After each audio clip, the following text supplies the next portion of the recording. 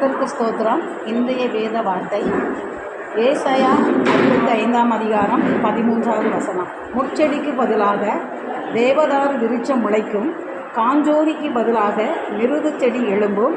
அது கர்த்தருக்கு கீர்த்தியாகவும் நிர்மூலமாகாத நித்திய அடையாளமாகவும் இருக்கும். கர்த்தருடைய வசனம் இன்றைக்கு சொல்லப்பட்டிருக்கிறது. முட்செடிக்கு பதிலாக தேவதாரு விருட்சம் முளைக்கும் என்று சொல்லப்பட்டிருக்கிறது.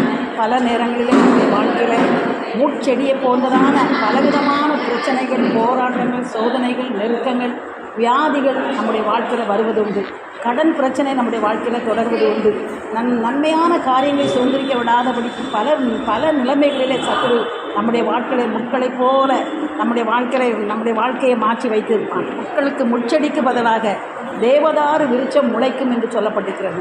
ஆண்டவர் முல்லை போல வேதனைப்படுத்துவதான ஒவ்வொரு பிரச்சனைகளையும், வேதனைகளையும், போராட்டங்களில் இருந்து ஆண்டவர் நமக்கு தேவதாரு விருட்சத்தை போன்றதான அனுபவத்தை, தேவதாரு விருட்சத்தை போன்றதான நன்மைகளை ஆண்டவர் நமக்கு தர வல்லவராக இருக்கிறார். காஞ்சோரிக்கு பதிலாக மிருது செடி எழும்பும் என்று சொல்லப்பட்டிருக்கிறது. காஞ்சோரி போல குத்துகிறதான கிரியைகள், நம்மிடத்தில் வேண்டாத சுபாவங்கள், கிரியைகள் எல்லாம் அந்த நாட்களில் ஆண்டவர் நம்மை விட்டு அகற்றி போட அவர் வல்லமுள்ள தேவனாக இருக்கிறார். அது கர்த்தருக்கு கீர்த்தியாகவும் நிர்மூலமாகாத நித்திய அடையாளமாகவும் இருக்கும் என்று சொல்லப்பட்டிருக்கிறது. விதமாக இந்த வசனத்தை கொண்டு ஒவ்வொரு நாளும் நம்ம ஜெபிக்கும்போது முட்களைப் போல வேதனைப்படுத்தின ஒவ்வொரு பிரச்சனைகளையும் கர்த்தர் நம்மளை விட்டு நீக்கி, காஞ்சோரை போல குத்துகிறதான கிரியைகளை நம்மளை விட்டு அகற்றி போட்டு நம்மளை தேவதாரு விருட்சத்தை போல கர்த்தர் நம்மளை மகிமையாய் மாற்ற வல்லமுள்ள தேவனாக இருக்கிறார்.